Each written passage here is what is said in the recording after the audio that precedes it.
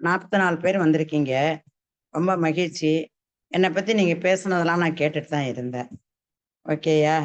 நல்லது. நான் இப்ப ரொம்ப மகிழ்ச்சியோட நன்றிம்மா. சந்திக்கிறேன் உங்க ஆசிரியர்கள.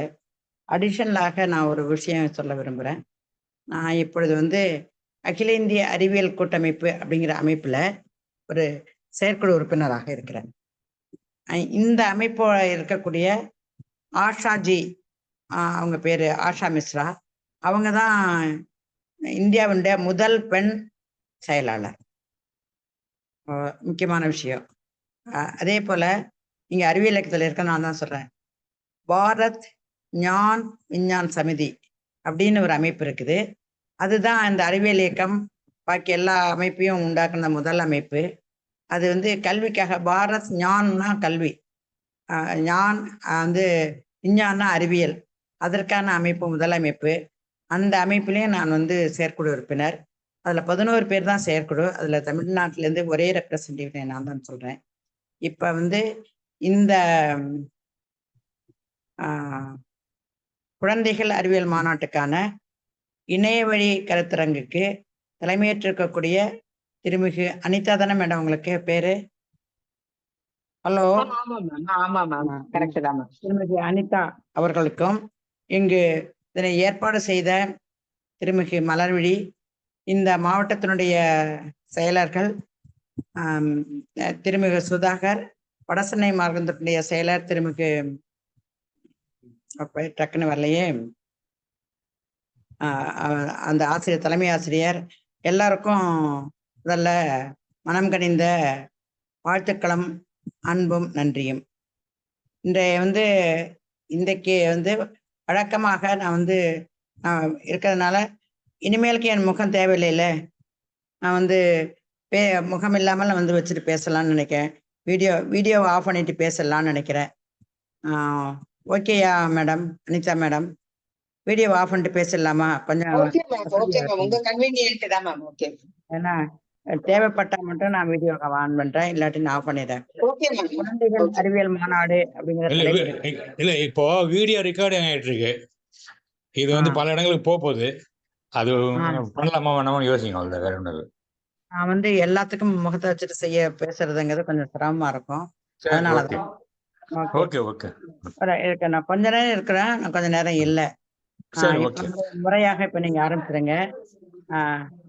இந்த குழந்தைகள் அறிவியல் மாநாடு அமைப்புக்கு இன்றைக்கு வடசென்னை மற்றும் தென் சென்னை மாவட்டங்களுக்கு இன்னைக்கு பொறுப்பேற்று நடத்தி கொண்டிருக்கக்கூடிய திருமிகு அனிதா அவர்களுக்கும், இந்த மாவட்டத்தினுடைய ஒருங்கிணைப்பாளர் திருமிகு மலர்விழி அவர்களுக்கும், தென் சென்னை மாவட்டத்தினுடைய செயலாளர் திருமிகு சுதாகர் அவர்களுக்கும், வடசென்னை மாவட்டத்தினுடைய செயலாளர் அவங்க பேர் நாங்க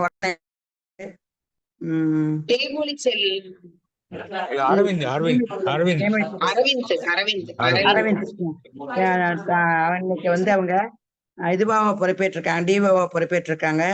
டிஓவை பொறுப்பேற்றிருக்கக்கூடிய திருமிகு அரவிந்த் அவர்களுக்கும், 2 மாவட்டத்தினுடைய கருத்தாளர்களுக்கும் முதல்ல தமிழ்நாடு அறிவியல் இயக்கத்தின் சார்பில் நெஞ்சார்ந்த வணக்கங்களையும் வாழ்த்துக்களையும் தெரிவித்துக் கொள்கிறேன். என்னை ஒரு கருத்தாளராக வடசென்னை மற்றும் தென்சென்னை மாவட்ட நண்பர்கள் அழைத்தது மிக்க மகிழ்ச்சி தரக்கூடிய ஒரு விஷயமா இருக்கிறது. இந்த ஆண்டினுடைய கருப்பொருள் என்பது ரொம்ப வித்தியாசமா இல்லை, சாதாரணமாக தான். என்ன? நீடித்த பாதுகாப்பான நீர் மேலாண்மை மற்றும் நீர் அனைவருக்குமானது. நீர் என்பது அனைவருக்குமானது என்ற ஒரு விஷயத்தை முன்னிறுத்தித்தான் இதை நம்ம இன்றைக்கு கொண்டு போயிட்டு இருக்கிறோம். ஏன்னா இன்றைக்கு நீர்னால இருக்கக்கூடிய சில பிரச்சனைகளை முன்னிறுத்தி கொண்டு போறோம். அதனால நீர் என்பது அனைவருக்குமானது. நீர் என்பது நீடித்து இருக்கக்கூடியது.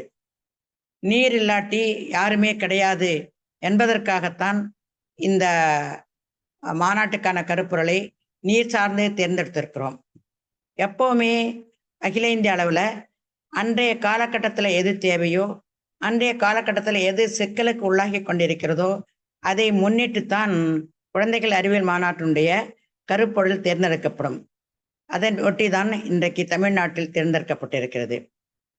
இது இந்த ஆண்டு தமிழ்நாட்டில் நடக்கப் போகிறது மட்டுமல்ல, இது வந்து அகில இந்திய அறிவியல் கூட்டமைப்பு நான் இப்போது அகில இந்திய அறிவியல் கூட்டமைப்பில் செயற்குழு உறுப்பினராக இருக்கிறோம். கடந்த மாதம் நடைபெற்ற தென்னிந்திய அகில இந்திய அறிவியல் கூட்டமைப்புடைய தென்னிந்திய கருத்தரங்கில் முடிவு பண்ணோம். இதனை ஒரு இந்திய அளவில் சேர்ந்து நடத்துறது, இந்திய அளவில் நடத்துறதுல தமிழ்நாட்டில் நடத்துவது என்று முடிவெடுத்தோம். ஏன்று கேட்டால், இதற்கு முன்னாடி இருக்கக்கூடிய விஞ்ஞான் பிரசார் என்பது இந்த ஆண்டு இதை நடப்பதில்லை என்று முடிவு செஞ்சிருக்காங்க. அவர்கள் நடத்துவதில்லை என்று முடிவு செய்தாலும் அறிவியல் இயக்கம் தொடர்ந்து இதை நடத்தி கொண்டே இருப்பதனால வந்து நம்ம இன்னைக்கு வந்து ஒரு 36 ஆண்டுகளுக்கு மேலாக நடத்திட்டு இருக்கோம். அதனால இதை போய் விட்டுடக்கூடாது. 1990கள்லேருந்து நம்ம நடத்திட்டு இருக்கிறோம். அதனால அதை விட்டுவிடக்கூடாது என்பதற்காக, தொடர்ந்து நடத்த வேண்டும் என்பதற்காக தான் இதை வந்து நம்ம கொண்டு போறோம். ஏன் இதை தொடர்ந்து நடத்துகிறோம்னு கேட்டா, இதை வந்து செய்யக்கூடிய குழந்தைகள் ஒவ்வொருத்தருக்கும் நம்ம இன்றைக்கு ஒரு சான்றிதழ் கொடுக்குறோம். இவர்களுக்கு குழந்தை விஞ்ஞானின்னு. இந்த குழந்தை விஞ்ஞானிகள் வந்து அதை கொண்டு போய் செய்யணும். இந்த குழந்தை விஞ்ஞானிங்கிற அவர்களுக்கு சான்றிதழ் என்பது அவருக்கு அந்த குழந்தைக்கு கொடுக்கக்கூடிய அங்கீகாரம். அது நம்ம வந்து 12ஆம் வகுப்புக்கு உட்பட்டு கீழே இருக்கக்கூடிய குழந்தைகளுக்கு இப்படிப்பட்ட அங்கீகாரம் கொடுக்கப்படுவது கிடையாது. இந்த அறிவியல் இயக்கம்தான், தமிழ்நாடு அறிவியல் இயக்கம்தான் குழந்தைகளையும் கூட சமமாக பாவித்து அவர்களுடைய பங்களிப்பிற்கும் அவர்களுடைய செயல்பாட்டிற்கும் அங்கீகாரம் கொடுக்கணுங்கிறதுக்காக சான்றிதழ குழந்தை விஞ்ஞானி, சைல்டு சயின்டிஸ்ட் அப்படிங்கிற இன்றைக்கு சான்றிதழ் கொடுக்குறோம். அந்த செயலை இப்போதைக்கு நம்ம அறிவியல் இயக்கம் தான் செஞ்சுட்டு இருக்கோம். அதை ஒட்டித்தான் இந்த ஆண்டு குழந்தைகள் அறிவியல் மாநாடு நடத்தப்பட இருக்கின்றது. இதனுடைய தலைப்பு நம்ம முன்னாடி பார்த்தோம். இந்த குழந்தை விஞ்ஞானிகளுடைய தன்மை என்னன்னு கேட்டா, அவர்களே செய்யணும். ஏற்கனவே உங்கள்கிட்ட நம்ம முன்னாடியே பேசியிருப்பாங்க. இந்த குழந்தை விஞ்ஞானிகள் அவரவர் மாவட்டத்தில் இருக்கக்கூடிய விஷயங்களை அவரவருக்கு என்ன தோணுதோ அதை வந்து தாங்கள் தேர்ந்தெடுத்து ஒரு தலைப்பை தேர்ந்தெடுத்து இந்த தலைப்பை ஒட்டி அவர்கள் செய்யணும். செய்யும் போது அவர்கள் வந்து அதை வந்து பதிவு செய்யணும், தினம் பதிவு செய்யணும். இன்னைக்கு போனாங்கன்னா இன்றைக்கு இந்த இடத்துக்கு போனோம், இந்த இடத்துல இதை விஷயங்களை சந்திச்சோம், இத்தனை பேர் சந்திச்சோம், என்னென்ன செய்யணும், அப்படியே வந்து அவங்களுக்கு ஒர்க் டைரி ஒன்று போடணும். இன்றைக்கு நீங்க வந்திருக்கவங்க முன்னாடி பங்கெடுத்தவங்க இருக்கிறீங்களா இல்லையான்னு எனக்கு தெரியல. ஆனால் அவங்க வந்து அந்த குழந்தைகள் பதிவு செய்யணும். பதிவு செஞ்சிருக்கிறோம். ஒவ்வொரு நாளும் தாங்கள் செய்ததை வந்து ஒரு நோட்ல எழுதணும், அந்த பதிவு செய்யணும். அந்த பதிவு செய்யற டைரியை வந்து மாநில மாநாட்டில் கொடுக்கணும், அவர்களை என்ன செஞ்சாங்கன்னு. அப்பதான் அந்த வந்து அவர்களை வந்து மதிப்பாய்வு செய்யக்கூடிய ஆசிரியர்களுக்கு இந்த குழந்தைகள் எப்படியெல்லாம் செஞ்சிருக்காங்க, எவ்வளவு கஷ்டப்பட்டு செஞ்சிருக்காங்க, எவ்வளவு தேடல் அவர்களுக்கு இருக்கிறது என்பது தெரியும். இதற்கான ஒரு முன்னரை தான் இப்ப அவங்கள்ட்ட சொல்லிட்டு இருக்கேன். இப்ப குழந்தைகள் செய்யும் போது ஆசிரியர்கள், வழிகாட்டி ஆசிரியர்களுக்கு உதவி செய்யணும். செய்ய வேண்டியதெல்லாம் அந்த குழந்தைகள் செய்யணும். அந்த ஊர்ல கிராமத்துல போய் செய்யலாம், தெருவுல போய் செய்யலாம், அல்லது மாவட்டத்தில் எங்காவது ஒரு இடத்துல செய்யலாம், அல்லது வந்து பள்ளிகள்ல செய்யலாம், பள்ளிகள் இல்லாமல் சமூக நேரத்துல செய்யலாம், அதை வந்து மருத்துவமனையில செய்யலாம், அல்லது ஒரு குப்பை கிடங்குன்னா குப்பை கிடங்குல செய்யலாம். உங்க ஊர்ல வந்து சாலையோரத்துல இருக்கக்கூடிய வியாபாரிகள் இருந்தாங்கன்னா வியாபாரிகள்கிட்ட போய் இதை செய்யலாம். ஏன்னா இந்த தலைப்பு வந்து எல்லாருக்குமான தலைப்பு, உலகம் அனைத்திற்கான ஒன்றுபட்டு செயல்படக்கூடிய தலைப்பு அவர்கள்ட்ட செய்யலாம். முக்கியமாக இதுல வந்து தலைப்புகளை பின்னாடி பார்க்கும்போது நீங்க நினைச்சுக்கோங்க என்னன்னு கேட்டா, அங்க இருக்கக்கூடிய துப்புரவு தொழிலாளர்கள்ட்ட செய்யலாம், அங்க இருக்கக்கூடிய சிகை தொழிலாளர்கிட்ட செய்யலாம், அங்க இருக்கக்கூடிய ரோட்ல வேலை செய்யறவங்க இல்லைங்களா, சாலையோரத்துல அந்த ரோடு எல்லாம் போட்டுட்டு இருக்காங்களே அவர்களுக்கான செய்யலாம். எனவே யார்கிட்ட வேணாலும் இதை செய்யக்கூடிய தலைப்பாக இருக்கிறது. எனவே இந்த குழந்தைகள்கிட்ட நீங்க வந்து இதைக்குள்ளத்தான் செய்யணும் அப்படின்னு ஒரு சின்ன குறிப்பிட்ட எல்லையை வரையறுக்க வேண்டாம். அவங்க வந்து செய்யட்டும், குழந்தைகள் என்னெல்லாம் நினைக்கிறாங்களோ செய்யட்டும். அதற்கு வந்து ஒரு குறிப்பு வேணும், எய்ம் வேணும், குறிக்கோள். அதுக்கப்புறம் என்ன செய்ய போறாங்கன்னு எழுதணும். அப்புறம் எப்படி அதற்கான செய்யறதுக்கு என்னென்ன பயன்படுத்தினாங்கன்னு செய்யணும். பயன்படுத்தினாங்கிறதுக்கு அப்புறமாக எப்படி செய்தார்கள் என்றனும். பின்னாடி இவர்கள் செய்ததை வைத்துவிட்டு என்ன அனுமானித்தார்கள் அப்புறம் வந்து ரிசல்ட் சொல்லணும், அதுல இருந்து டிஸ்கஷன் சொல்லணும். இதுதான் வந்து குழந்தைகள் அறிவியல் மாநாட்டுல இவர்கள் வந்து செய்யக்கூடிய செயலை, செய்யக்கூடிய ஆய்வை சமர்ப்பிப்பதற்கான வழிமுறைகள் தான் நான் சொன்னேன். இப்ப வந்து புதுசா வந்தவங்களும் தான் தெரிஞ்சுக்கலாம். அடுத்தது இதுல வந்து இன்றைக்கு இருக்கக்கூடிய இந்த தலைப்புல இருக்கு இல்லையா, வந்து நீடித்த பாதுகாப்பான நீர் மேலாண்மை மற்றும் நீர் அரைமைக்குமான தலைப்புல 5 துணை தலைப்புகள் இருக்கின்றன. நீங்க கொஞ்சம் குறிச்சுக்கலாம் நான் சொல்றத. நீர் சூழலும் பாதுகாப்பும். அப்ப வந்து நம்மளை சுத்தி என்னென்ன நீர் இருக்கு, அது வந்து நம்ம அந்த நீர்ச்சூழலை நம்ம எவ்வளவு பாதுகாப்பா வச்சிருக்கிறோம் அப்படிங்கிறது வந்து நீங்க செய்யணும். இது வந்து ஏதோ அரசுக்கு மட்டுமே பொறுப்பானதல்ல, ஒவ்வொரு தனி மனிதருக்கும் பொறுப்பானது. 2வது துணை தலைப்பு நீர் சார்ந்த பொது சுகாதாரம். பொது சுகாதாரம் எப்படி இந்த ஊர்லயோ நாட்டிலேயோ இடங்கள்லயோ கடைபிடிக்கப்படுகிறது, அந்த பொது சுகாதாரம்னா என்ன?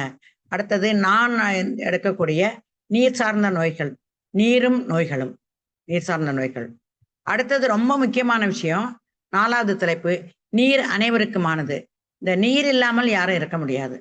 நீருக்கு அத்தனை பேரும் சொந்தம் கொண்டாடணும். இந்த இடத்த நீங்க பார்க்கும்போது இங்க சோசியல் ஜஸ்டிஸ்ங்கிற ஒண்ணு வரும். இதுல நீங்க செய்யும்போது நீர் அனைவருக்குமானதா இருக்குதா, நீர் அனைவருக்குமானதா இல்லையா என்பதை நீங்க தான் சொல்லணும். இன்னைக்கு பல இடங்கள்ல வந்து அது இல்லாம கூட இருக்கிறதுக்கான வாய்ப்பெல்லாம் இருக்குது. அப்ப வந்து நீர் அனைவருக்குமா சோசியல் ஜஸ்டிஸ்ல அனைவருக்கும் பொதுவானதாக இருக்குதா இல்லைன்னு பாருங்க. அடுத்தது நீர் பாதுகாப்பு அண்ட் பாரம்பரிய நவீன தொழில்நுட்ப யுக்திகள். நம்ம இந்த தற்காலத்துல நம்ம வந்து இதை வந்து செய்யறோம். இது மட்டும் இல்லாமல் நம்ம வந்து ஏற்கனவே இருக்கக்கூடிய நம்ம முன்னோர்கள் வந்து இதெல்லாம் எப்படிலாம் செஞ்சாங்க அப்படின்லாம் இருக்கு. இந்த 5 தலைப்புகள் தான் இருக்கின்றன. இந்த 5 தலைப்புகளை நீங்க பார்க்கணும். இப்ப நான் வந்து என்னுடைய தலைப்பு 3வது தலைப்பு நீர் சார்ந்த நோய்கள்.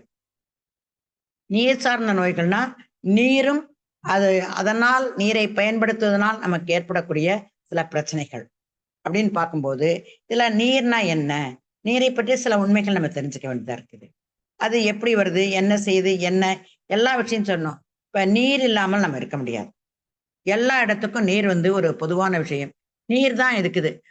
அந்த இயற்கையான நீர் வந்து நம்ம பயன்படுத்துறோமா, குழாய் நீரை பயன்படுத்துறோமா, எது நல்லது, எத்தனை வகையான வந்து நீர்கள் இருக்கின்றன, எப்படிலாம் பார்த்தாகணும். இப்ப இதையெல்லாம் நம்ம பார்த்தா தான் நம்ம வந்து எனக்கு செய்ய முடியும். அப்ப நம்மகிட்ட என்னென்ன நீர்லாம் இருக்குது அப்படின்னு நம்ம பார்க்கணும். ஆமா வந்து நீர் வந்து நம்மோட இருக்குது, நமக்கு நெருக்கமா இருக்குது. இன்னைக்கு நீங்க நிறைய பேர் இருக்கீங்க, நீர் இல்லாமல் யாராவது இருக்க முடியுமா? நீர் ஒரு நாளைக்கு தண்ணியே இல்லாம யாராவது இருக்க முடியுமா? குடிக்கிறீங்களோ இல்லையோ கை கழுவுறதுக்கு வேணும், குளிக்கிறதுக்கு வேணும், டாய்லெட் போறதுக்கு வேணும், அப்புறம் குடிக்கிறதுக்கு வேணும், துவைக்கிறதுக்கு வேணும், சமையல் செய்யறதுக்கு வேணும். வந்து அதனால எதுக்கு வேணாலும் நம்ம பயன்படுத்துறோம். தண்ணீரை இல்லாமல் முடியாது. இந்த தண்ணீர் வந்து உறைஞ்சு போயிடுது. அந்த ஐஸா பார்த்து மகிழ்றோம். குளத்துல தண்ணி இருக்கு, அதுல உக்காந்து நம்ம வந்து நீந்தி விளையாடுறோம், பிள்ளைகள் விளையாடுது, வேற விலங்கினங்கள் தான் இருக்குன்னு. அப்ப இந்த நீர் இல்லாம நம்ம வாழவே முடியாது. அப்ப எவ்வளவு தண்ணி இருக்குது? நம்ம பூமியில மட்டும்தான் தண்ணி இருக்கா, வேற இடத்துல தண்ணி இருக்கா? இன்றைக்கு சனியனுடைய நிலவான டைட்டான்ல அது 3வது நிலவுல வந்து தண்ணி இருக்குன்னு கண்டுபிடிச்சிருக்காங்க. இப்ப செவ்வாய்க்கோள்ல கூட தண்ணி இருந்திருக்கலாம், அந்த கடல் இருந்ததுக்கான ஆதாரம் இருக்குன்னு கண்டுபிடிச்சிருக்காங்க. இப்படி நிறைய விஷயங்கள் இருக்கு. நீர் தான் உயிரினங்களினுடைய ஆதாரம். நீர் இல்லாமல் எந்த ஒரு உயிரினம் உருவாகவே முடியாது. இப்ப நீர் எவ்வளவு இருக்குது, இதெல்லாம் நீங்க வந்து அந்த பள்ளிக்கூடத்தில் நீங்களே சொல்லி கொடுத்திருப்பீங்க. உலகத்தில் சுமார் வந்து 97% தண்ணி இருக்குது பூமியில. 96.5% 97 சொல்றோம். ஆனா இத இவ்வளவு தண்ணி இருந்தாலும் அவ்வளவு தண்ணியும் நம்ம பயன்படுத்த முடியுமா? பயன்படுத்தக்கூடிய தன்மையில இருக்குதா? இல்ல. ஆனா 3% தான் இருக்குது. அந்த பாக்கி இருக்க 3% தான் நம்ம நல்ல தண்ணியா இருக்குது. அந்த 3%த்துல 2.3% என்பது துருவத்துல இருக்குது.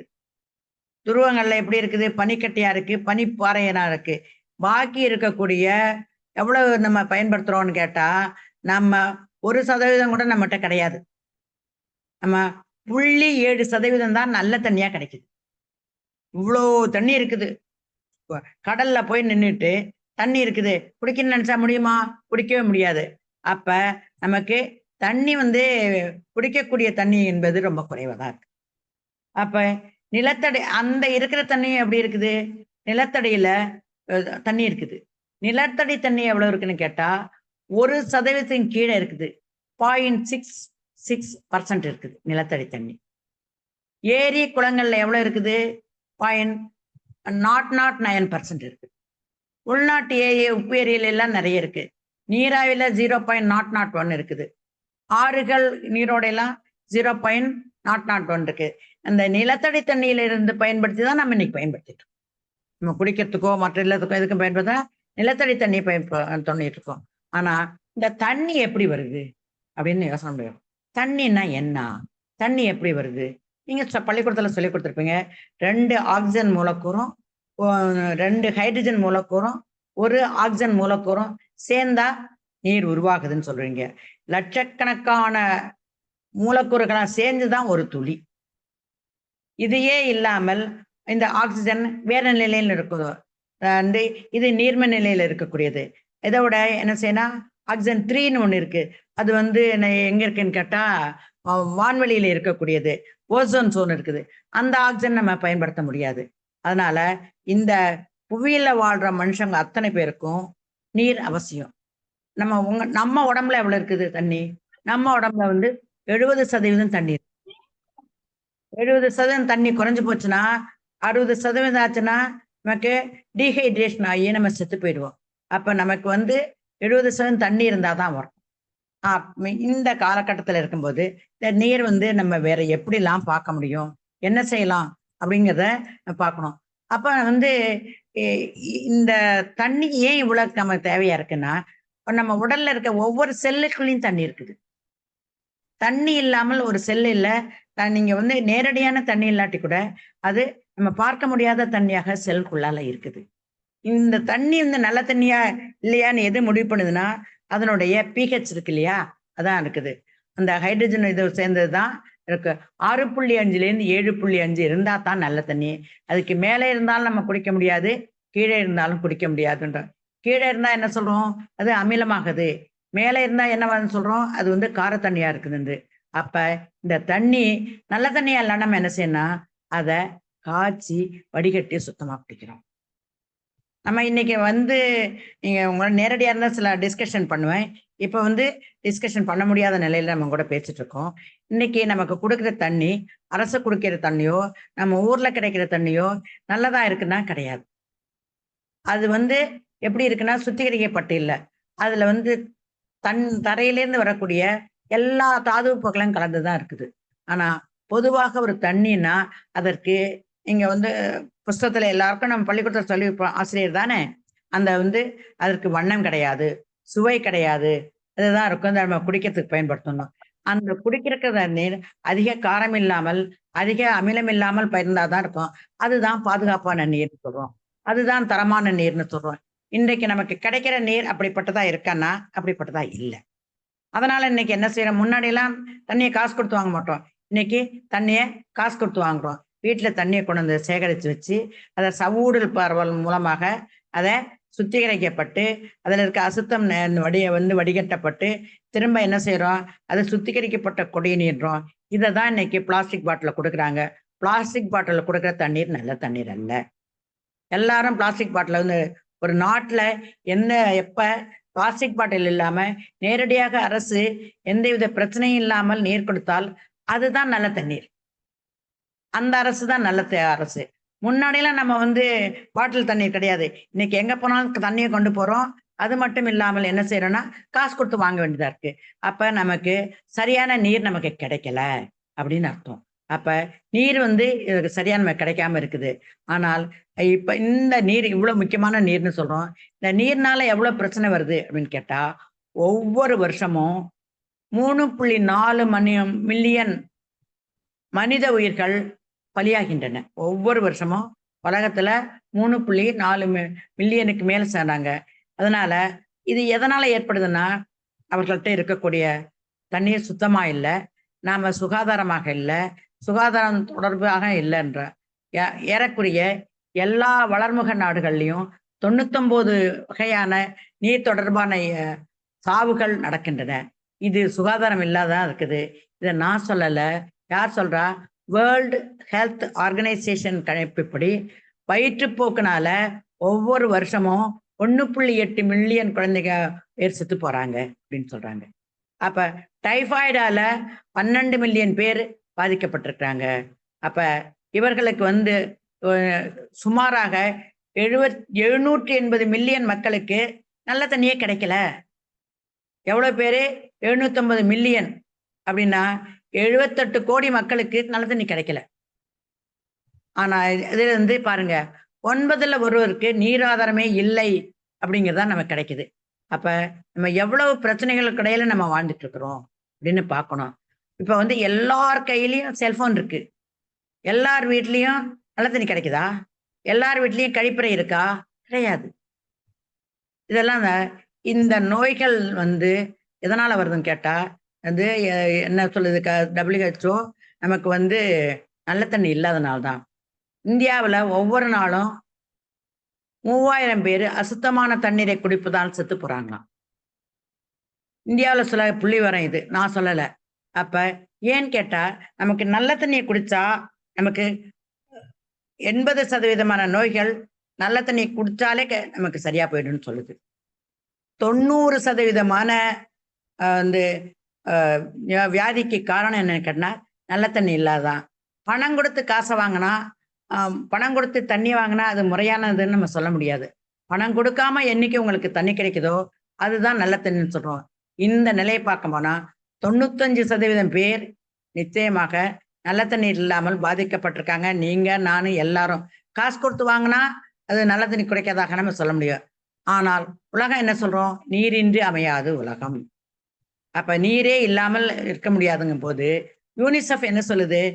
இந்தியா போன்ற நாடுகள்ல நீர் நிறைய பிரச்சனைக்குரியதாக இருக்கிறதா சொல்லுது. யூனிசெஃப் என்ன சொல்லுது?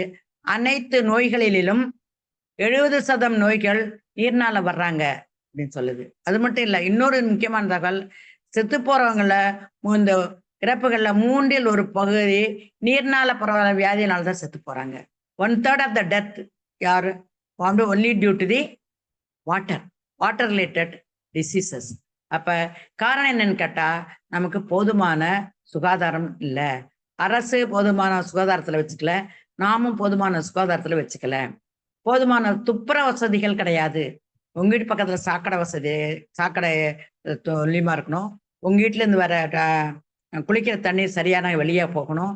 உங்க வீட்டுல இருந்து வரக்கூடிய எல்லா தண்ணியும் போகணும். நம்ம வீட்டுல எல்லா தண்ணியும் சரியா போகணும். ஆனா இப்ப தொழிற்சாலையில இருந்தா என்ன செய்யறாங்க? மழை வரும்போது திறந்து விட்டு அவுத்து விட்டுறாங்க தண்ணிய. அப்ப அங்க போய் என்ன செய்யுது? அங்க சில பிரச்சனைகள்லாம் வருது. இப்ப நீரினால பர வியாதிகள் கிட்டத்தட்ட 88% நோய்கள் ஆபத்தானவைன்னு WHO வந்து சொல்லியிருக்கு. அப்ப இதையெல்லாம் நம்ம தெரிஞ்சுக்க வேண்டிய காலகட்டத்துல இருக்கிறோம். அப்ப தண்ணி நல்லா இருந்தா தான் நாம நல்லா இருக்கலாம். இப்ப எல்லாரும் தெரிஞ்சுக்க வேண்டியது, நல்ல தண்ணிய குடிச்சா நமக்கு நோயே வராது. வியாதி இல்லாமல் இருக்கலாம்னா நமக்கு நல்ல தண்ணி வேண்டியதுதான் வந்து போதும் அப்படிங்குது. ஆனால் நமக்கு அப்படி கிடைக்கவே இல்லை. ரொம்ப பேத்தட்டிக்கான கஷ்டம். யார் தண்ணிக்காக அலைஞ்சு போறாங்க? பெண்கள் போறாங்களா? ஆண்கள் போறாங்களா? பொதுவாக உலகம் முழுவதும் பெண்கள் தான் நீருக்காக அலையிறாங்க. ஒவ்வொரு வருஷமும் 8 லட்சம் பெண்களும் பெண் குழந்தைகளும் தண்ணி தேடிட்டு போய் தண்ணி கிடைக்காம போதுமான சுகாதாரம் இல்லாமல் செத்து போறாங்கன்னு WHO சொல்லியிருக்கு. எவ்வளவு பேரு? 8 லட்சம் பேர் செத்து போறாங்களாம். அப்ப இவங்களுக்கெல்லாம் வந்து நல்ல தண்ணி கிடைக்கல, பாதுகாப்பான நீர் கிடைக்கல. கிட்டத்தட்ட 300 மில்லியன் பேரு வந்து பாதுகாப்பான நீர் இல்லாம கஷ்டப்பட்டுட்டு இருக்காங்க. அப்ப இவர்கள் இப்படி இருக்கும்போது நாம என்ன செய்யலாம்? அப்ப என்னென்ன வகையான வியாதிகள் நீர்னால வருகின்றன? எப்படி இவைகள்லாம் பரவுதுன்னு சொன்னா, எந்த வியாதியை நீங்க எடுத்துட்டாலும் அது தண்ணியினால தான் வரும். எந்த வியாதியை வேணாலும் எடுத்துங்க. உங்களுக்கு வேணா சளி பிடிக்குது. நான் வந்து தண்ணி வந்து என்ன செஞ்சேன்? ஐஸ் வாட்டர் குடிச்சேன். நல்ல தண்ணி குடிக்கல.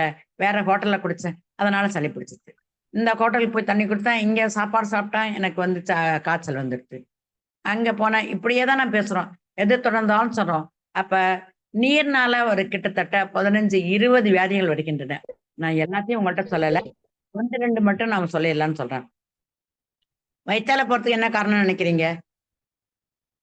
வயிற்றால போறதுக்கு என்ன காரணமா இருக்க முடியும்? தண்ணி. சாப்பாடு சரியில்லைன்னா அதுல இருக்கக்கூடிய தண்ணி. அப்புறம் கால்ராவுக்கு என்ன காரணமா இருக்க முடியும்? தண்ணி. இரைப்பையில குடல் அழற்சிக்கு காரணமா இருக்க முடியும். என்ன காரணமா இருக்க முடியும்? தண்ணி. மலேரியாவுக்கு என்ன காரணமா இருக்க முடியும்? தண்ணி. டிசென்ட்ரிக்கு என்ன காரணம்? தண்ணி. ஜியாடினா இன்டெல்சனன்சிஸ்னு ஒரு கிருமி இருக்கு. அது வயிற்றுப்போக்கு வருது. எல்லா தண்ணி வகையான தண்ணியில் இருக்கக்கூடிய கிருமிகளும் எங்க போய் பாதிக்குது? முக்கால் வாசி நம்ம குடலைத்தான் பாதிக்குது. இப்ப முக்கால் வாசி குடலை தான் பாதிக்குது, அங்கதான் போயிட்டு இருக்கு. அப்ப நீரினால் பரவும் நோய்கள் என்பவை அவை அது யாருக்கு இடம் கொடுக்குறாங்க? அவங்க எல்லாரும் உட்காந்து கிருமிகளுக்கு இடம் கொடுக்குறாங்க. கிருமின்னா நான் என்னன்னு பார்க்கலாம். பாக்டீரியா, வைரஸ், புரோட்டோசுவான்னு சொல்லக்கூடிய ஒற்றை செல்ல இருக்கக்கூடியவைகள்லாம் இருக்குது. சிலது தாவரத்திலேருந்து வரக்கூடியது. பொதுவா நீர்னால வருதுன்னா இப்ப நான் என்ன சொல்றேன்னா, டைஃபாய்டு வருது, வயிற்றுப்போக்கு வருது, வயிற்று கடுப்பு வருது, காலரா வருது, கினியா புழு வருது, அப்புறம் கொக்கி புழு வருது, இன்னும் அப்புறம் ஜியாடினா இன்டெஸ்டினல்ஸ்ன்னு சொன்னேன், அது வருது. அப்புறம் ஈக்கோலைன்னு சொல்லுவோம். இந்த ஈக்கோலை ஹோட்டல்ல யாரெல்லாம் போய் சாப்பிட்றாங்களோ அவங்களுக்கு ஈக்கோலை இல்லாம இருக்காது. அது உடனே செய்யவும் செய்ய முடியாது. இன்னும் ரொம்ப முக்கியமான ஒண்ணு, மஞ்சக்காமாலை. மஞ்சக்காமாலை வருது, ஹெப்படைட்டிஸ் வருது. அது தண்ணினால தான் வரும். அப்புறம் சால்மனெல்லான்னு ஒரு வியாதி வருது. அதுவும் சரியா வேக வைக்காத பொருட்கள் சாப்பிட்றதுனால வருது. லெப்டோப்ரோசிஸ் அப்படின்னு ஒரு வியாதி இருக்குது. அது கை கால் வலியெல்லாம் உண்டு பண்ணும். அதுவும் தண்ணினால வருது. அப்புறம் ரொம்ப முக்கியமாக போட்டிலிசம்னு ஒரு வியாதி இருக்குது. அது நம்ம உயிரை குடிச்சிடும். இப்படி விதவிதமான வியாதிகள் நமக்கு எதனால வருது? தண்ணி மூலம்தான் இவ்வளவு வியாதி வருது. அப்ப கிட்டத்தட்ட ஒரு 15 வகையானது. நான் மலர்விழியட்டையும் தேவப்பிரகாஷ்டையும் சில பவர் பாயிண்ட்டையும் சில கட்டுரைகளையும் கொடுத்துருக்கேன். அதை உங்களுக்கு கொடுப்பாங்க. அவங்க கொடுக்கறது மூலமாக நீங்க அதை பயன்படுத்திக்கலாம். முதல்ல டைஃபாய்டு. எல்லாரும் என்ன சொல்றோம்? டைஃபாய்டு வந்தா போய் டெஸ்ட் பண்ணிட்டு வரணும்னு சொல்றோம். டைஃபாய்டு எதனால வருது? பாக்டீரியானால வருது. இந்த டைஃபாய்டுக்கு வர பாக்டீரியா பேரு சால்மனெல்லா டைஃபி. அது டைஃபின்னு இருக்கிறதுனால தான் இந்த காய்ச்சல் பேரு டைஃபாய்டு காய்ச்சல். இன்றைக்கு இந்த டைஃபாய்டு காய்ச்சலுக்கு தடுக்கிறதுக்கான இன்னைக்கு தடுப்பூசி வந்தாச்சு. இது பாக்டீரியால வருது. இது எதனால வருதுன்னு கேட்டா, தண்ணி நல்லமா இல்லைனாலா அல்லது உணவு மூலம்தான் இது வருது. இந்த டைஃபாய்டை பொதுவா என்ன சொல்லுவாங்கன்னு கேட்டா, என்டரிக் ஃபீவர்.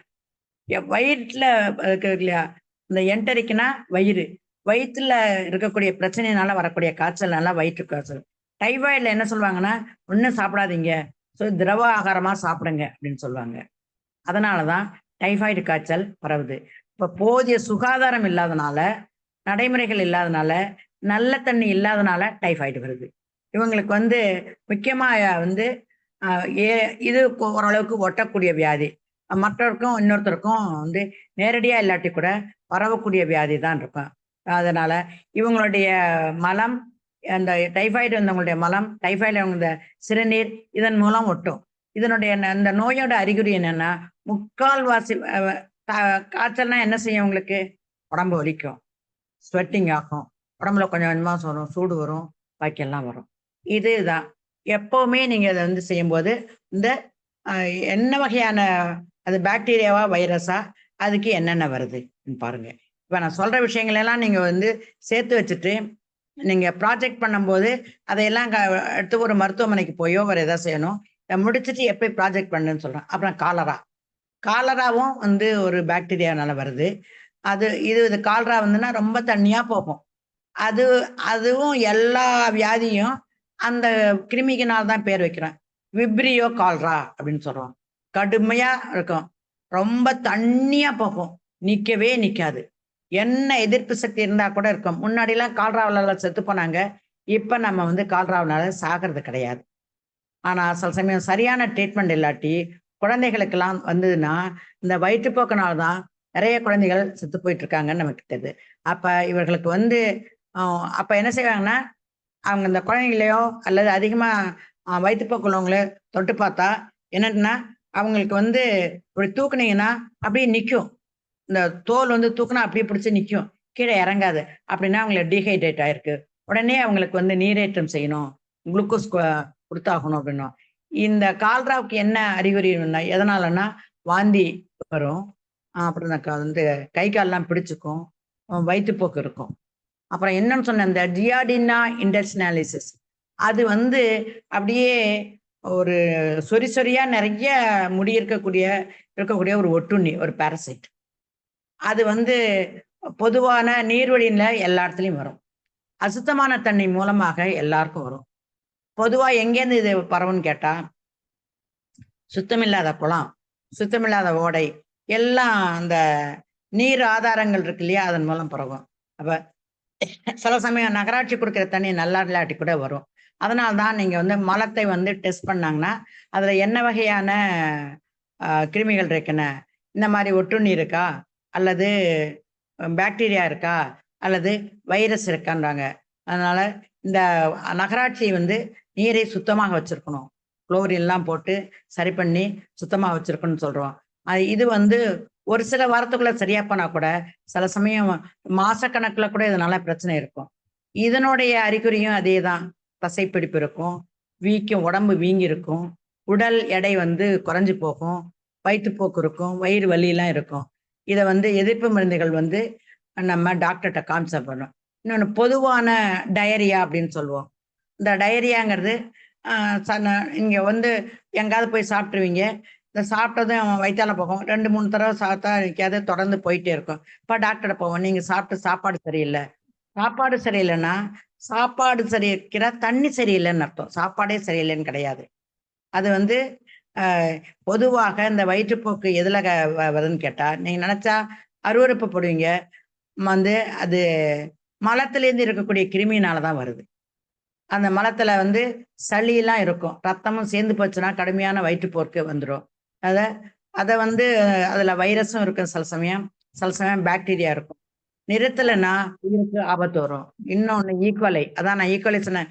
என் ஹோட்டல்ல சாப்பிடுறவங்கள்ல தொடர்ந்து ஹோட்டல்ல சாப்பிட்டா வந்து 3/4 பேருக்கு ஈக்வலை வரும். எங்க டாக்டர் என்ன சொல்றாங்க, நான் வயிற்று வலின்னு சொன்னேன். "அம்மா நீங்க வெளியில போகாதீங்க. ஹோட்டல்ல சாப்பிட்டீங்கன்னா ஈக்வலை வந்துருச்சுன்னா, உங்களுக்கு உங்கள கட்டுப்படுத்த முடியாது. திரும்ப வந்து மோஷன் போயிட்டே இருக்கும். நெறைய சிக்கலுக்கு உள்ளாக்குங்கிறாங்க." இதுதான் உலகம் முழுசும் இருக்கக்கூடிய நீரினால் பரவக்கூடிய முக்கியமான நோய். கடுமையான வந்து வயிறு வலி இருக்கும். நான் வந்து நச்சுத்தன்மை இதுல வரும் அப்படிங்கிறது ரொம்ப முக்கியமாக இருக்குது. அப்ப வந்து வயிற்றுப்போக்கு இருக்கும். ரொம்ப கட்டுப்படுத்த முடியாம இருக்கும். தொடர்ந்து ட்ரீட்மெண்ட் இருக்கும். நெறைய வயசானவங்களையும், அடுத்தது குழந்தைகளையும் இந்த நோய் வந்து ஆபத்துக்கு உள்ளாக்கிடும். தண்ணீர் வெளியேறும். இவர்களுக்கு உடனடியாக நீர் கொடுக்க வேண்டியிருக்கு. அடுத்தது நம்ம எல்லாரும் பயப்படக்கூடிய மஞ்சக்காமால நோய். மஞ்சக்காமால நோய்க்கு நம்ம போய் வந்து என்ன செய்றோம்னு கேட்டா, ஹெப்பாடைட்டிஸ் ஏ இருக்கு, ஹெப்பாடைட்டிஸ் பி இருக்கு, ஹெப்பாடைட்டிஸ் சி இருக்குது. இதுல வந்து ஏ பரவால்ல, பியும் சியும் கொஞ்சம் மோசமானது. ஏன் ஏ, பின்னா அந்த வைரஸுக்கு தகுந்தாப்புல அதுக்கான பேர் வைக்கிறோம். ஹெப்பாடைட்டிஸ் ஏங்கிறது தான் மஞ்சக்காமாலை. இது ஒரு வைரஸ். வைரஸ்க்கு எப்பவுமே வந்ததுக்கு அப்புறமாக மருந்து குடுத்தா கேட்காது. வர்றதுக்கு முன்னாடி வேணா அதற்கு வந்து தடுப்பூசி போடலாம். வைரஸ்க்கு வந்ததுக்கு அப்புறமாக தடுப்பூசி வந்து மருந்தோ எதுவுமே கேட்காது. அப்ப ஏன் டாக்டர்ட்ட போறோம்னா, அந்த வைரஸ்னால வரக்கூடிய பாதிப்பு உடல்ல இருக்கும்போது, அந்த பாதிப்பை தடுப்பதற்காக, உடல் வலியை தடுப்பதற்காக, அந்த போற மோஷன தடுப்பதற்காக, சிறுநீரை கட்டுப்படுத்துவதற்காக தான் போறோம். இப்ப வந்து இது எங்க செய்யுதுன்னா, நேரடியாக எங்க தாக்குதுன்னு கேட்டா, இந்த வைரஸ் கல்லீரலை தாக்கும். கல்லீரலை தாக்கும், பித்தப்பையை தாக்கும். அதனால தான் என்ன செய்யும்னா, அப்படி வரவங்களுக்கு யூரின் வந்து மஞ்சளாக இருக்கும். மலம் வந்து வெள்ளையாக களிமண் நிறத்துல இருக்கும். அப்ப மஞ்சக்காமலை வரும். பசி இருக்காது, குமட்டல் இருக்கும், நடக்க முடியாது, ஏராளமான பிரச்சனை இருக்கும். இவர்களுக்கெல்லாம் வந்து தடுப்பூசி வைக்கணும். எல்லாரும் கைய கழுவிட்டு சுத்தமா சாப்பிட்டால், எல்லாரும் சுகாதாரமா இருந்தால், அவர்களை விட்டு அடுப்பங்கரையும், அவர்களை விட்டு இந்த கழிப்பறையும், குளியலறையும் சுத்தமா இருந்தால் முக்கால்வாசி வராது. வெளியில போய் சாப்பிடாம இருந்தா, நீ இப்ப சொல்ற நீர் சம்பந்தமான எந்த வியாதிகளுமே வராது. மஞ்சக்காமலைக்கு எங்க போறோம்? நம்ம போய் இடையில இத சொல்ல வேண்டியிருக்குது. அறிவியல் சார்ந்து இருக்கனால, மஞ்சக்காமாலை வந்ததும் அங்க ஒரு ஊர்ல போறோம். அங்க வந்து அவங்க வந்து வந்து என்ன ஆட்டுப்பால் குடிக்க சொன்னாங்க. இங்க கோழி சூப் குடிக்க சொன்னாங்க. இது வந்து கல்லீரல்ல இருக்கக்கூடிய சில பிரச்சனை. கல்லீரல் தான் வந்து உங்களுக்கு ஜீரணத்துக்கு உதவி செய்யக்கூடியது. இப்ப கல்லீரல் செயல்படலைன்னா, ஜீரணம் முடியாத சமயத்துல இதெல்லாம் போய் குடுத்தா அதிகப்படுத்தும். நீங்க போய் அந்த வந்து அங்க இருக்கக்கூடிய சாமியார்ட்டயோ, அல்ல சித்த மருத்துவத்தையோ மருந்துக்கு போம்போது, ஏற்கனவே பல இடத்துல சுத்திட்டு போயிருப்பீங்க. அந்த வைரஸ் வியாதி என்ன செய்யும்னா, முதல்ல வரும், அட்டாக் பண்ணும், அதை தன்னை பெருக்கும். பெருக்கினப்புறம் தானே குறைஞ்சிரும். இதுதான் வைரஸ் வியாதியினுடைய தன்மை. உங்க உள்ள வந்ததுக்கு அப்புறமாக கொஞ்சம் தொந்தரவு பண்ணும். அப்புறம் வேகமாக வைரஸ்கள் பரவுனதுக்கு அப்புறம் வெளியேறிடும். எதன் வழியாக வெளியேறும்னா முக்கால்வாசி சிறுநீர் மூலமாக தான் அது வெளியேறும். அப்ப டாக்டர்கிட்ட நீங்க போனாலும் போகாட்டாலும் எந்த விதமான வைரஸ் வியாதியும் குறைஞ்சிரும். ஆனால் கொஞ்சம் மெதுவா குறையும் தான். டாக்டர்கிட்ட போறது அதனோட சைடு எஃபெக்டை தடுக்கிறதுக்கு தான். நீங்க போய் சாமியார்ட்ட போய் மந்திக்கிறதோ, கயிறு கட்டுறதோ, அல்லது சித்தா மருந்துட்டு போறதுனாலோ இது சரியா போகாதுங்கிறத நீங்க தெரிஞ்சுக்க வேண்டிய ஒரு காலத்துல இருக்கிறீங்க. அடுத்தது நேரம் ஆயிடுத்து, வேகமா பேசுறேன். சால்மனெல்லா. இந்த சால்மனெல்லா ஒரு நியூசன்ஸான ஒரு கிருமி. இந்த சால்மனெல்லாங்கிறது நியூசன்ஸான கிருமி. இதுக்கு தமிழ்ல பேர் கிடையாது. இந்த ஒரு பழத்தை சுத்தமா கழுவல, வேக வைக்காத காய்கறி, வேக வைக்காத இறைச்சி எல்லாத்துலேயும் இது வேகமா ஜம்முன்னு உட்காந்துருக்கும். அதான் நம்ம சாப்பிட்டோம்னா இருக்கும். முக்கால்வாசி இது நம்ம ஊர்ல ரொம்ப இருக்கல, ஆப்பிரிக்காவில் இருக்கவங்கலாம் இருக்குது. ஆனால் இது கர்ப்பிணி பெண்களுக்கும் வயதானவர்களுக்கு வந்தால் அவர்களை காப்பாற்றுறது ரொம்ப கஷ்டமாக இருக்கும். இவர்கள் எல்லா நோய்க்கும் அறிகுறி வயிற்று வலி, வயிற்றுப்போக்கு, காய்ச்சல், தலைவலி, ரத்தம் வர்றது அப்படி போறதுதான். அடுத்தது லெப்டோப்ரோசிஸ் அப்படிங்கிற ஒரு பாக்டீரியா. இது இதுல பாதிக்கப்பட்டதுன்னா கால்கள்லாம் வீங்கி போயிடும். ரொம்ப பிரச்சனையா இருக்கும். கடுமையான காய்ச்சல் வரும், தலைவலி வரும். அது தண்ணீரை சுத்தமா இருந்தால் மட்டும்தான் இருக்கும். வேற ஒண்ணுமே செய்ய முடியாது. இதற்கு பொதுவாக நம்ம நம்ம வீட்டுல எல்லாம் நீங்க வளர்க்குறீங்கல்ல, பூனை, எலி, அந்த எலி மூலமாகத்தான் இது பரவுது. இது முக்கால்வாசி எலி மூலமாகத்தான் பரவும். அதனாலதான் பிரச்சனையை உண்டு பண்ணுவாங்க. அடுத்து போட்டிலிசம்ங்கிற வியாதி. BOTULISM, போட்டிலிசம். போட்டிலிசம் இப்ப நிறைய கிடையாது, குறைஞ்சாச்சு. முன்னாடி என்னது அது எதனால வருதுன்னு கேட்டா கிளாஸ்ட்ரோடியம் போட்டுலினம் அப்படின்னு ஒரு பாக்டீரியா வருது. ஆனா இது வந்துடுத்துன்னா சாவுலேருந்து தப்பிக்கிறது ரொம்ப கஷ்டம். இது எங்க பாதிக்கும்னா மூளையைத்தான் பாதிக்கும், நரம்ப பாதிக்கும். இது என்ன கேட்டா நியூரோடாக்சின் பேரு. இது நரம்பு மண்டலை பாதிக்கக்கூடிய தன்மையை விஷத்தை உற்பத்தி பண்றது. அதனால நமக்கு சாப்பிட்ற சாப்பாட்டுலேருந்து வந்திருக்கலாம் சரியா, அல்லது வேற விதமான நமக்கு காயம் ஏற்பட்டால் அந்த காயத்துல கூட இது ஏதாவது ஒட்டி வரும், அல்லது உணவுல இருந்து வரும். ஆனா இது வந்துட்டுன்னா என்ன ஆகும்னு கேட்டா பார்வை மங்கி போயிடும், பேச முடியாது, குரல் பிடிச்சுக்கும், தொண்டையை பிடிச்சுக்கும், அப்புறம் முழுங்க முடியாது, அப்புறம் தசையெல்லாம் ரொம்ப பலவீனமா இருக்கும். இதெல்லாம் வந்துடும். உடனடியாக இதை ட்ரீட்மெண்ட் பண்ணலைன்னா குழந்தைகளுக்கு வந்தால் நிச்சயமாக குழந்தைகளை காப்பாற்றுவது என்பது. இதுக்கு ஆன்டிடாக்சின் இதுக்கு உடனே போய் போடணும். ஆனால் இப்போதைக்கு போட்டிலிசம் நம்ம இந்தியாவில் ரொம்ப குறைவாக இருக்குது. அப்புறம் கிரிப்டோஸ்டோரியாசிஸ் அப்படிங்கிற ஒரு வியாதி இருக்குது. இந்த கிரிப்டோஸ்டோரியாசிஸ் என்னன்னு கேட்டால் அது என்னன்னு கேட்டால் கிரிப்டான்னு ஸ்போரா இருக்கும். அது ஸ்போர்னா சின்ன புள்ளி மாதிரி இருக்க ஸ்போரா. அது ஒரு ஒட்டுண்ணி. இது ஒரு புரோட்டோசுவா. இது வரைக்கும் சொன்னதெல்லாம் நம்ம வைரஸ், பாக்டீரியான்னு சொன்னோம். இது புரோட்டோசுவா ஒட்டுண்ணி என்ன செய்யணும், கிரிப்டோஸ்போரோடியம் அப்படிங்கிற ஒட்டுண்ணியால வருது. இதுவும் தண்ணியினால தான் வருது. இதுவும் வயிற்றுல போய் உட்கார்ந்துட்டுனா என்ன வரும்னா வயிற்றுப்போக்கு, வாந்தி இதெல்லாம் வரும். இதையும் டாக்டர்கிட்ட போய் தான் போகணும். அடுத்தது பொதுவான காமன் டிசீஸ் எல்லாருக்கும், உங்களுக்கு, எனக்கு, பிள்ளைகளுக்கு எல்லாருக்கும் வர்றது இந்த சாப்பாட்டுனால வரக்கூடியது அமீபியாசிஸ். அமீபியாசிஸ் சரியா போக குறைஞ்சது 6 மாசமாவது ஆகும். அதுக்கு முன்னாடி போகாது. ஹோட்டல்ல சாப்பிட்றவங்களுக்குலாம் அமீபியாசிஸ் வந்துடும். அது என்னன்னு கேட்டா ஒரு செல் உயிரியான அமீபா புரோட்டோசுவா தான். அது பேரு உடல்ல இருக்கிறதுனால என்டமீபா ஹிஸ்டலிக்கான்னு பேரு. அது என்டமீபா ஹிஸ்டலிக்கா வந்ததுன்னா அமீபியாசிஸ் வரும். இது வயிற்றால போயிட்டே இருக்கும், அவ்வளவுதான். சாப்பிட்டதும் வயிற்றால போயிடும். அதான் அதில் லேசா வயிற்று போகும், சில சமயம் ரத்தம் கலந்துருக்கும், சில பிரச்சனைகள்லாம் வரும். இதுக்கு ஆன்டிபெராசிட்டிக் கொடுத்து தடுப்பாங்க. இவ்வளோலாம் இருக்கக்கூடியது. அப்புறம் மலேரியா இருக்குது. மலேரியா நேரடியாக கிடையாது. ஆனால் நேரடியாக மலேரியா இல்லாட்டியும் கூட என்ன செய்யறோம்னா மலேரியாவை நம்ம என்ன பார்க்குறோன்னு கேட்டால் அது கொசுவினால பரவுது. இந்த கொசுவினால பரவுனாலும் நம்ம கொசு எங்க முட்டை போடுது, தண்ணியில முட்டை போடுது. தண்ணியில முட்டை போட்டு அதன் மூலமாக நம்ம வருது. அந்த மலேரியாவில் எடுத்துட்டு போறது பேர்னா பிளாஸ்மோடியம் அப்படின்னு ஒரு ஒட்டுண்ணி. அது கொசுல இருந்து நமக்கு பரவுது. அந்த மலேரியா வர்றதுனால நமக்கு நிறைய பாதிப்புகள் வருது. பொதுவா சாயங்காலத்துல வரும். முன்னாடியெல்லாம் நிறைய வந்தது. இப்ப வரல. இத இப்ப இன்னைக்கு குறைச்சிருக்காங்க.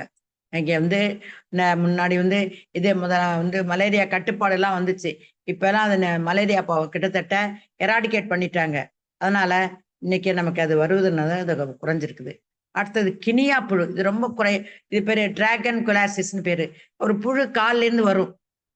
அல்லது வந்து அது அது பெருசா போற வரைக்கும் எனக்கு தெரியாது. அது பெருசா போனதுக்கப்புறம் தோலுக்கு கீழ ரொம்ப அப்படியே நீளமா இருக்கும். அது வந்து வெடிக்க ஆரம்பிச்சுரும். கிட்டத்தட்ட நம்ம பாதிப்பு ஏற்பட்டு ஒரு 1 வருஷம் வரைக்கும் நமக்கு தெரியாது. 1 வருஷம் கழிச்சு தான் அந்த புழு வந்து நம்ம உடம்புலேருந்து வரும். அப்ப அந்த கினியா புழு வந்து இதுவும் தண்ணீனால வருது. விலங்குகள் மூலமாக பரவுது அப்படின்னு இருக்கிறோம். அப்ப இவ்வளவு பிரச்சனைகள் நமக்கு ஏன் வருது அப்படின்னு கேட்டா தண்ணீனால் தான்.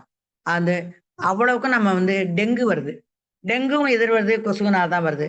அப்ப அந்த டெங்கு கொசு எங்க வளருது? தண்ணீல வளருது. அப்ப கொசுவையெல்லாம் நம்ம தண்ணீய சுத்தமா வச்சிருந்தா மட்டும் தான் இதெல்லாம் சரியா போகுங்கிறது நமக்கு இருக்குது. அப்ப இவ்ளோ வகையான கிட்டத்தட்ட ஒரு 15, 16 வகையான நமக்கு இது பார்த்தோம். வியாதிகள் பார்த்தோம். அப்புறம் இன்னொன்னு யானைக்கால் வியாதின்னு அதோட முடிச்சிடலாம். ஃபைலேரியாசிஸ் இப்ப இன்னைக்கு கிடையாது. முன்னாலாம் நெறைய இருந்தது. இதெல்லாம் கட்டுப்பாட்டுலாம் இன்னைக்கு முடிச்சுட்டோம். இதுவும் வந்து கொசு மூலம் தான் வருது. அது பெண் கொசு மூலம் தான் வருது. வந்து பிறப்புறுப்பு வீங்கி போயிடும். கால் வீங்கி போயிடும். அங்கேருந்து இவங்களுக்கு வரும். இவங்களுக்கு ஆர்சனமைட் அப்படிங்கிற வச்சு இவங்க வந்து நமக்கு கட்டுப்படுத்தி குடுக்குறாங்க. அப்ப இப்படிப்பட்ட ஏராளமான நீர் தொடர்பான வியாதிகள் நம்மை தாக்குகின்றன. இதை நம்ம கட்டுப்படுத்த வேண்டியது நமக்கு முக்கியம். அப்ப நம்ம என்ன செய்யணும் அப்படின்னு கேட்டா, இது சம்பந்தமான ப்ராஜெக்ட் பண்ணலாம். அப்ப எப்படி பரவுது? எப்படி அதனோட அறிகுறி என்ன? எப்படி நம்ம தாக்குது? அப்படின்னு பார்க்கணும். அப்ப எ நம்ம இந்த ஒட்டுண்ணியாலயோ, பாக்டீரியாவினாலயோ, வைரஸ்னாலயோ இருக்கக்கூடிய தண்ணிய குடிக்கும்போது பரவுது. அப்ப நமக்கு நல்ல தண்ணியா இல்லையா? அப்படின்னா, நம்ம தண்ணி கொண்டு போய் டெஸ்ட் பண்ணணும். அங்க பக்கத்துல இருக்கக்கூடிய அ நீர் ஆராய்ச்சி செய்ற நிறுவனம் இருந்தாலோ, அல்லது வேற ஏதாவது ஆய்வகத்திலே கொடுத்து, அவர் நீர்ல அந்த இது இந்த வியாதி கிருமி இருக்கா இல்லையான்னு டெஸ்ட் பண்ணணும். நம்ம பிளட்ல எப்படி டெஸ்ட் பண்றாங்களோ, அதே போல நீர்ல இருக்கிறதையும் செய்யலாம். அதனால கிட்டத்தட்ட 1800கள்லேருந்து வந்து இது வந்து தொடர்ந்து நம்ம செஞ்சுட்டு இருக்கிறோம். இப்ப நீர்னால பரவறதுக்கான இத நம்ம நுண்ணுயிர் மாசுபாடு வருதோம். அத இப்ப என்ன செய்யணும், பாக்டீரியா, வைரஸ், ஒட்டுண்ணி இதெல்லாம் வந்து வர்றதுனால தான் நமக்கு இவ்வளவு வருது. எல்லா விதமான வியாதியும் வருது. காரணம் என்னன்னு கேட்டா, சுகாதாரம் இல்ல. நம்மட்ட நல்ல தண்ணி வச்சிருக்கோமா? தேக்கி வச்சு செய்றோமா? கிடையாது. அப்ப நல்ல தண்ணி தேக்கி வைக்கல. தண்ணி ஓப்பன் ஆயிடுது. அல்ல மழை தண்ணி கலக்குது. அல்லது கிணத்துல எடுக்கிற தண்ணி, குளத்துல இருக்க தண்ணி குடிக்கிறோம். இந்த மாரி இருக்கிறோம். இன்னைக்கு பல்வேறு பிரச்சனைகள்லாம் இருக்குது. இப்ப நல்ல தண்ணி எல்லாருக்கும் கிடைக்கணும். எல்லாருக்கும் நல்ல தண்ணி கிடைச்சா தான் இருக்க முடியும். யா நல்ல தண்ணி கிடைச்சாலே முன்னாடி நான் சொன்ன மாரி, நல்ல தண்ணி கிடைச்சதுன்னா 80% வியாதிகள் கிடையாது. நல்ல தண்ணி இருந்தா நமக்கு வியாதியே இல்லாம சந்தோஷமா வாழ்க்கை நடத்த முடியுங்கிறது. அசுத்தமான குடிநீர் தான் அனைத்து வகைமையான கிருமிகள் வாழ்வதற்கு இடம் கொடுக்குது. அனைத்து வகையான வியாதிகளுக்கு இடம் கொடுக்குது. இன்னைக்கு நம்ம வந்து விவசாயம் செய்றோம். விவசாயத்துல இருக்கக்கூடிய பூச்சி மருந்து அடிக்கிறோம். விவசாயத்துல உரம் கொடுக்குறோம். பாக்கி எல்லாமே போடுறோம். அந்த கழிவெல்லாம் என்ன செய்யுது? எங்க கொண்டு வந்து விடுறோம்? கொண்டாந்து கால்வாயில விட்டு, குளத்துல விட்டுடுறோம், ஆத்துல விட்டுறோம். அந்த தண்ணிய நம்ம அங்க குளத்துல போனாலோ, ஆத்துல போனாலோ, பிள்ளைகள் விளையாடினாலோ குளிக்கிறாங்க, குடிக்கிறாங்க. எப்படி இருந்தாலும் ஒரு வாய் தண்ணி உள்ள போயிடும்னு வச்சுக்கோங்களேன். இப்ப அந்த அந்த குழந்தைகளுக்கோ, இல்ல பெரியவங்களுக்கோ எதிர்ப்பு தன்மை இருந்துன்னா, அந்த கொஞ்சம் தண்ணிய குடிக்கிறதுனால அவங்களுக்கு பிரச்சனை வராது. அதுல எதிர்ப்பு சக்தி குறைவா இருந்தா, யாருக்கு வியாதி வரும்? உடல் ஏற்கனவே தனக்குத்தானே தற்காப்பு தன்மை உடையது. தன்னைத்தானே காத்துக்கொள்வதற்கான போராடக்கூடிய தன்மை இருக்குது. ஆனா அந்த போராடக்கூடிய தன்மையை தாண்டி ஒரு வியாதி வருதுன்னா, அதையும் தாண்டி உங்களுக்கும் அதுக்குமான சண்டை நடக்கும். உடலுக்குள்ளால ரத்தத்துல இருக்கக்கூடிய வெள்ளை அணுக்கள் வெளியிலேருந்து அ வியாதி கிருமிகள் வந்துட்டா, இந்த வியாதி கிருமிகள துரத்துறதுக்காக போராடும். அதை கொல்லணும்னு பார்க்கும். அப்ப அத முழுங்கிடும். முழுங்கி செத்துப்போது 2க்கான சண்டை நடக்கும்போது தான் உடல்ல காய்ச்சல் வருது. என்னுடைய வியாதி கிருமிக்கும் வெள்ளை அணுக்களுக்கும் நடக்கிற சண்டையினால் தான் உடல் வெப்பம் என்பது அதிகரிக்கிறது, காய்ச்சல் வர்றதுக்கான காரணம். அப்ப நம்ம சண்டை அந்த தற்காப்பு சக்தி குறைந்து போனால்தான் ஒருவருக்கு யாராக எந்த வியாதியாக இருந்தாலும் ஒருத்தருக்கு ஒரு வியாதி வருதுன்னா தற்காப்பு சக்தி குறைந்து போறதுதான். இப்ப ஹார்ட் அட்டாக்லாம் நம்ம வந்து இந்த வியாதிக்கு வந்து சொல்ல முடியாது. ஹார்ட் அட்டாக் என்பது ஒரு தனித்தன்மை, இதயம் செயல்படுற தன்மை. அது வியாதி கிடையாது. அது வேற வகையான இது அது. அது தொற்றா நோய் அப்படின்னு சொல்லுவோம். ஆனா அதெல்லாம் வந்து இந்த நோய்கள் வச்சுக்க முடியாது. அ கிருமிகள் மூலமாக வந்ததுதான் பொதுவாக நோய்ன்னு சொல்றோம். அப்ப கிருமிகள் நம்மளை அட்டாக் பண்ணணும்னா, நம்ம உடலை வந்து நல்ல நிலையில வச்சுக்கணும். உடல் வந்து சுகாதாரத்துல இருக்கணும். உடல் நலம் நல்லா இருக்கணும். உங்கள்ட்ட இருக்க ஹீமோகுளோபின் வந்து ஒரு இந்த ஆண்களாக இருந்தால் அ ப 10லேருந்து 16 வரைக்கும் இருக்கலாம். பெண்களாக இருந்தால் 10லேருந்து 12, 14 வரைக்கும் இருக்கலாம்னு இருக்கு. அப்ப உங்கள்ட்ட இருக்கக்கூடிய ஹீமோகுளோபின் அளவு கூட இருந்தால், உங்களுடைய உடல் வெளியில இருக்கக்கூடிய கிருமிகளோட போராடுவதற்கான தன்மையில நிக்கும். ஆமா, "அண்ணா நீ வரியா? நீயா நானா போட்டு பாருன்னு" ஃபைட் பண்றதுக்கு ரெடியா இருக்கும். அப்படி இல்லாட்டி ஹீமோகுளோபின் குறைவாக இருந்தால் தற்காப்பு சக்தி குறைவா இருக்கும். அப்புறம் இன்னொரு முக்கியமான விஷயம், நீங்க வைட்டமின் டி வெயில்ல நடந்து போனீங்கன்னா, உங்களுக்கு தற்காப்பு சக்திக்கு அது உதவி செய்கிறது வைட்டமின் டி என்பது. இதை மட்டும் இல்லாமல், இன்றைக்கு இந்த வியாதிகள் இயற்கை பேரழிவுகள்னால வருது. வெள்ளத்தினால வருது, மழையினால வருது, சூறாவளியினால வருது. இதெல்லாம் ஏன்னு கேட்டா, வெளியில இருக்கிற அழுக்கெல்லாம் தண்ணீல கலக்குது. இந்த தண்ணி வந்து நம்ம குடிக்கிறோம், பயன்படுத்துறோங்கும்போது போயிடுது. அதோட சேர்ந்து நம்ம கழிவறையில இருக்கிறவங்க, அந்த துப்புரவு அமைப்புகள் சரியா இல்லாதனால, இதனால கூட நோய்கள்லாம் வருது என்பது இருக்குது. அப்ப இப்படிப்பட்ட வியாதிகள் வராமல் இருப்பதற்கான அனைத்தையும் நம்ம செய்ய வேண்டிய தன்மை என்பது நமக்கு வேண்டியதா இருக்குது. அப்ப நம்ம நீர் மூலம் வரக்கூடிய தன்மை இது என்னன்னு சொன்னா, முதல்ல நாம கரெக்ட்டா இருக்கணும். நல்ல தண்ணீய குடிக்கணும். நான் வந்து நல்ல தண்ணீல வந்து குளிக்கணும். நல்ல தண்ணீல துவைக்கணும். சமையல் படுத்துறதுக்கும் நல்ல தண்ணீ இருக்கணும். அ கொதிச்ச கொதிச்சு ஆற வச்ச தண்ணீய குடிச்சா, அதுல வந்து வியாதி கிருமிகள் செத்து போயிடும் 100% 100 டிகிரி கொதிக்கிறதுனால. அப்ப பாதுகாப்பான அந்த நீர் ஆதாரங்கள வந்து நம்ம உறுதி செஞ்சா தான் இது வராது. எப்படின்னா, தண்ணீய நல்லா வச்சுக்கணும். அத வந்து கொதிச்சு வடிகட்டுங்க. ரசாயனத்தில கிருமி நீக்கம் செய்யலாம். தனிப்பட்ட சுகாதாரம் இருக்கலாம். சாப்பிடும்போது நம்ம எல்லாம் கை கழுவிட்டு சாப்பிடுறோம். அந்த கை கழுவிட்டு சாப்பிடுறதுங்கிறதே ரொம்ப முக்கியமான விஷயம். அதனால வரக்கூடிய வியாதிய கட்டுப்படுத்தும் தான். இப்படித்தான் வந்து நம்ம பக்கத்துல இருக்கக்கூடிய வீட்ல வந்து நீங்க அ பெட் அனிமல்ஸ் இருக்க விலங்குகளை வளர்ப்போம். அந்த விலங்குகள் மூலமாகவும் கூட நமக்கு வந்து அவர்கள் கழிக்கக்கூடிய சிறுநீர், மலம் அதன் மூலமாக கூட இந்த தண்ணீர் மூலமாக கூட வியாதிகள் பரவுவதற்கு காய்கறிகளை பண்ணணும். அது ஒரு சிலதுக்கெல்லாம் மட்டும் ஒரு சில வியாதிகளுக்கு வந்து தடுப்பூசி இருக்கு. இப்ப வந்து மஞ்சக்காமாலை இருந்தா, அதுக்கு இன்னைக்கு தடுப்பூசி வந்தாச்சு. அதுக்கு போட்டுக்கலாம். டைபாய்டு வந்துட்டுனா, அதுக்கு காய்ச்சலுக்கு வந்தாச்சு. ஃப்ளூ வந்து காற்றுல பரவுற நோய், தண்ணீல வர நோய் கிடையாது. அதுக்கும் இன்னைக்கு தடுப்பூசி வந்தாச்சு. இன்னைக்கு வந்து தடுப்பூசி எதற்கெல்லாம் தடுப்பூசி இருக்கோ, அதற்கெல்லாம் நாம எடுத்துக்கணும். இந்த அரசியும் காலத்துல வந்து தடுப்பூசியை வந்து வந்து அ விலை இல்லாமல் ஃப்ரீயா குடுக்க சொல்லி மற்ற அறிவியல் இயக்கம் போன்றவர்கள வந்து ரெக்கமெண்ட் பண்ணி, எல்லா இடத்துலயும் அரசு மருத்துவமனையில தடுப்பூசிய ஃப்ரீயா குடுங்க மக்களுக்கு அப்படின்னு சொல்றோம். இப்ப கூடிய வரைக்கும் பொது குழாயில வர தண்ணீர விட்டுட்டு, வீட்ல தண்ணிய பிடிச்சு, அப்ப நீங்க கெண கிணத்துல இருக்க தண்ணிய விட, நீங்க பம்பு போட்டு எடுக்கிறீங்க இல்லையா? போர்வெல். போர்வெல்ல இருந்து வர தண்ணீர் வந்து பொதுவாக நோய் கிருமிகள் குறைவா இருக்கும். அதுல வந்து காரம், அமிலம் கூட இருக்குமே தவிர, கிருமிகள் இருக்காது. அதனால அ கவர்ன்மெண்ட் சப்ளை பண்ற தண்ணிய விட, இங்க போர்வெல் எடுக்கிற தண்ணி வந்து கொஞ்சம் சுத்தமானது. ஆனா கவர்மெண்ட்டும் அவங்க குளோரின் போட்டு சுத்தமாக கொடுக்க சொல்லி நம்ம கேட்கணும். எனவே சுத்தமான தண்ணீரை குடிக்க வேண்டியது நம்முடைய பொறுப்பும், கடமையும் கூட. அதை தாண்டி அரசும் நமக்கு சுத்தமான தண்ணீரை கொடுக்க கடமைப்பட்டிருக்குது. நீர் என்பது எல்லாருக்கும் பொதுவானது. எல்லாருக்கும் நீர் கிடைக்கணும். ஆனால் இந்த சமூகத்துல ஒரு சிலருக்கு நல்லா கிடைக்குது. ஒரு சிலருக்கு தண்ணீர் கிடைக்கல. சில பேர் தண்ணீர் தொட்டா தீட்டு அவங்க வந்து ப ப அவங்க இத பயன்படுத்தக்கூடாது அப்படின்னு இருக்கும். எனவே நீர் என்பது அந்த அனைவருக்கும் பொதுவானது. சோசியல் ஜஸ்டிஸ்ங்கிறத இந்த நீர்ல தான் நம்ம நிச்சயமாக நம்ம கடைபிடிக்க வேண்டும். அதனால இந்த தண்ணீரை கொண்டே இந்த சமூகத்தை நாங்க நன்றாக கொண்டு போக வேணும். நல்ல நீரை நம்ம நாமளும் பயன்படுத்திட்டு, மற்றவர்களுக்கும் பயன்படுத்துறதுக்கான நம்ம அறிவுரை சொல்லணும். குழந்தைகளை எல்லாம் நல்லா பார்க்கணும். அதேபோல பச்சை முட்டைய சாப்பிடக்கூடாது. பச்சை கறிய சாப்பிடக்கூடாது. பச்சை காய்கறி எல்லாம் சாப்பிடும்போது நீங்க அத சுத்தம் பண்ணி சாப்பிடணும். இப்படிப்பட்ட எதுல வேணாலும் ஒட்டுண்ணி இருக்கும். எனவே இதையெல்லாம் நீங்கள் செஞ்சு நீங்க பார்த்தீங்கன்னா, நிச்சயமாக நீங்க வந்து வியாதிகளிலிருந்து வந்து நீங்க வந்து தப்பிக்கலாம் அப்படின்னு சொல்லலாம் ஓரளவுக்கு. அதற்கு மேல நாம அரசோடையும், இந்த சமூகத்தோடையும் அந்த முனிசிபாலிட்டி இவர்களோட சேர்ந்து ஒருங்கிணைந்து செயல்பட்டால் நீரினால் வரக்கூடிய வியாதிகளை கட்டுப்படுவதற்கான வாய்ப்புகள் என்பது நம்ம கையில தான் இருக்குது. நாம தான் அந்த முன்னெடுக்கணும்.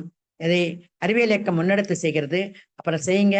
இதை செய்யும் போது இந்த குழந்தைகள்கிட்ட போயிருந்தா அப்ப அந்த தெருவிலையோ அந்த ஜிஹெச்லயோ அல்லது பிஹெச்லயோ அல்லது தெருவில் இருக்கக்கூடிய டாக்டர்கிட்ட இந்த தெருல எத்தனை பேருக்கு இந்த மழை காலத்துல காய்ச்சல் வந்திருக்கு, இவங்க என்ன செஞ்சிருக்காங்க, காய்ச்சல் வர்றதுக்கு முன்னாடி இவங்களுக்கு என்னென்ன வியாதி, இப்போ ஒரு ஒரு 10-20 பேருக்கு சர்வே பண்ணலாம், ஒரு 50 பேரை சர்வே பண்ணலாம், அங்கே போய் கேட்கலாம், அல்லது ஹாஸ்பிட்டலில் போய் கேட்கலாம். உங்களுக்கு சர்வே ஃபார்ம் இருக்கு.